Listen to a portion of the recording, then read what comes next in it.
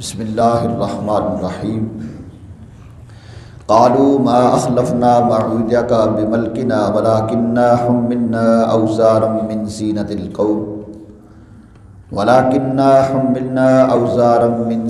القوم فقذفناها فكذلك القى السامري فاخرج لهم عجلا جسدا له خوار فقالوا هذا الهكم واله موسى فنسي آمنت باللہ صدق اللہ مولانا العظیم۔ سورہ طٰہٰ کی آیت نمبر 87 اور 88 دو آیات مبارکہ کی تلاوت کی گئی۔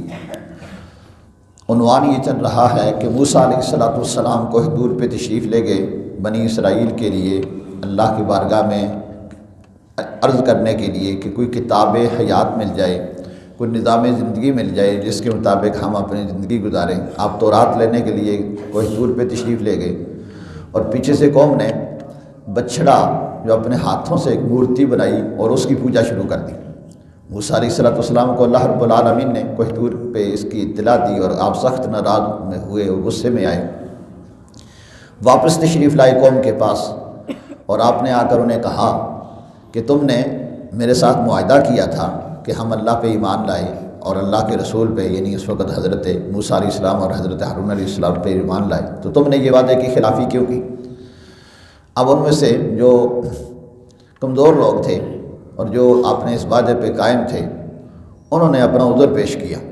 اور کہا جی ہم تو کمزور لوگ تھے، اور یہ جو بولنے والے لوگ ہیں، سیاسی لوگ ہیں، عصب رسوخ والے لوگ ہیں، انہوں نے ایسا کیا ہے۔ اور ان کا سردار تھا خاص طور پر سامری جادوگر، اس سامری نے ان لوگوں سے وہ سونا اکٹھا کیا، اور یہ سونا وہ تھا جو بنی اسرائیل سے آتے ہوئے لے کے آئے تھے، اور یہ مال غنیمت تھا ان کے لیے۔ مال غنیمت یہ ہوتا ہے کہ مسلمان غیر مسلم سے جو مال چھینے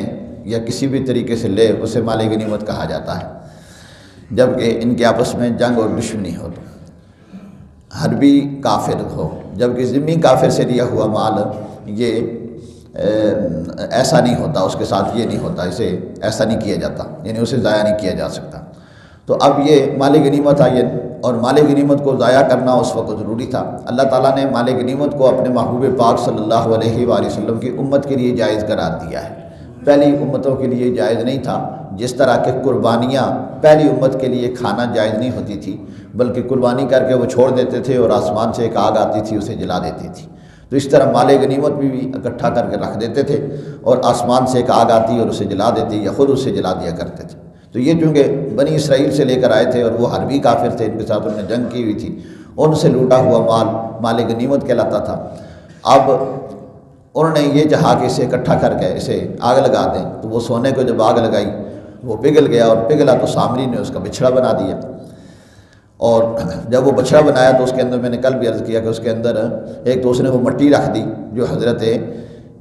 جبرائیل امین کے گھوڑی کے سموں سے حاصل کی گئی تھی، اور دوسرا اس کے سوراخ اس طریقے سے رکھے کہ ہوا ایک جگہ سے داخل ہوتی تھی دوسری طرف سے نکلی تھی اور اس سے آوازیں پیدا ہوتی تھی۔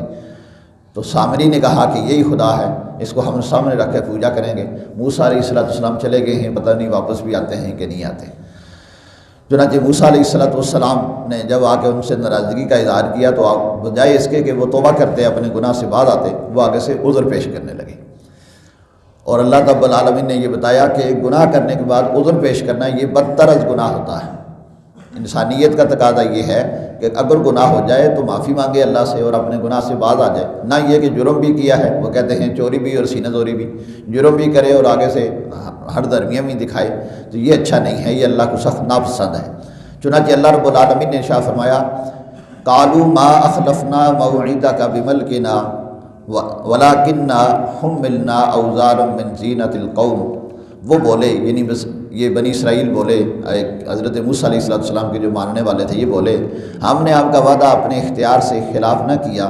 وَلَكِنَّا حُمِّلْنَا أَوْزَارًا مِّن زِینَةِ الْقَوْمِ، لیکن ہم سے کچھ بوجھ اٹھوائے گئے اس قوم کی زینت میں سے، یعنی قوم کا زیور جو ہم ادھر سے لے کر آئے تھے۔ فَقَذَفْنَاهَا، تو ہم نے اسے پھینک دیا۔ فَكَذَلِكَ أَلْقَى السَّامِرِيُّ، تو اسی طرح سامری نے بھی اسے اپنا زیور پھینکا، اور پھینکنے کے بعد اسے آگ لگائی، اور آگ لگانے کے بعد وہ پگھل گیا، پگھلا تو اس کا سونا بچھڑا بنا لیا۔ فَأَخْرَجَ لَهُمْ عِجْلًا جَسَدًا لَهُ خُوَارٌ، تو اس نے ان کے لیے ایک بچڑا نکالا، بے جان تھا، اور گائے کی آواز اس سے نکلتی تھی، یعنی جیسے گائے کی آواز ہوتی ہے اس قسم کی صرف اس سے آواز نکلتی تھی۔ فَقَالُوا هَٰذَا إِلَٰهُكُمْ وَإِلَٰهُ مُوسَىٰ، تو یہ کہنے لگے، یعنی یہ سامری اور اس کے جو دو ساتھ کے جادوگر تھے وہ کہنے لگے یہ تمہارا معبود ہے اور موسیٰ کا معبود بھی یہی ہے۔ فَنَسِیَ، اور حقیقی بات کو وہ بھول گئے، یعنی اللہ سے بھول کر بتوں کی طرف لگا دیا گیا۔ اور ارشاد فرمایا افلا يرون الا يرجع اليهم قولا ولا يملك لهم ضرا ولا نفعا، تو کیا نہیں دیکھتے کہ وہ انہیں کسی بات کا جواب نہیں دیتا اور ان کے کسی برے بھلے کا اختیار نہیں رکھتا، یعنی